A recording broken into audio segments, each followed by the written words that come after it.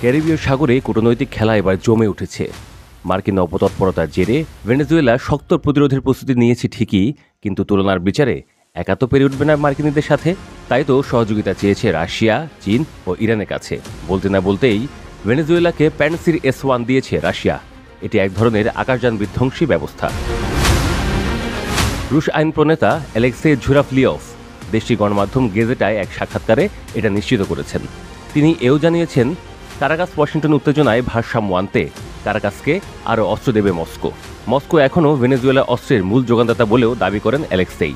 প্যানসির S-1 একটি স্বল্প ও মাঝারি পাল্লার আকাশযান বিধ্বংসী ব্যবস্থা। এটি কম উচ্চতায় উড়ে যাওয়া বিমান, হেলিকপ্টার, ড্রোন ও ক্রুজ ক্ষেপণাস্ত্র ধ্বংস করতে পারে। ইউক্রেনের সামরিক মুখপাত্র মিলিটার নিয়েই বলছে, প্যানসির S-1 পরিচালনা হুট করে সম্ভব নয়। এর পরিচালন পদ্ধতি শিখতে কয়েক মাস লেগে যায়।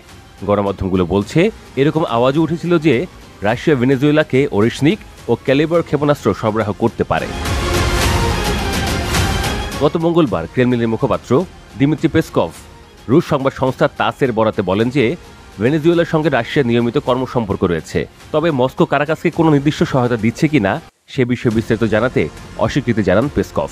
মার্কিন গণমাধ্যম ওয়াশিংটন পোস্ট গত শুক্রবার দাবি করে, ভেনেজুয়েলা রাডার সিস্টেম, বিমান মেরামত ও ক্ষেপণাস্ত্র এইসব সহযোগিতা চেয়েছে রাশিয়া, চীন ও ইরানের কাছে। ওয়াশিংটন পোস্টের প্রতিবেদনে বলা হয়, মস্কোর প্রতি এই আবেদনগুলো ভ্লাদিমির পুতিনের কাছে লেখা একটি চিঠিতে জানানো হয়েছে। গত মাসে মাঝামাঝি সময়ে মাদুরোর একজন জ্যেষ্ঠ সহকারী মস্কো সফরের সময় চিঠিটি পৌঁছে দেন।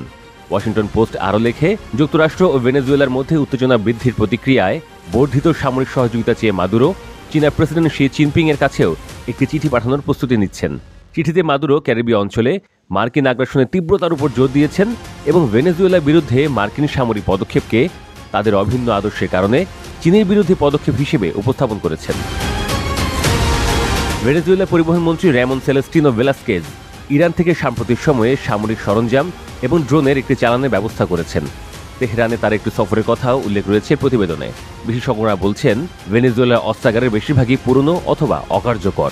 ভেনেজুয়েলার একজন প্রাক্তন কর্মকর্তা বলেছেন, 2018 সাল নাগাদ মাত্র 5টিরও কম রাশিয়ান তৈরি সুখোই জেট বিমান কার্যকর ছিল।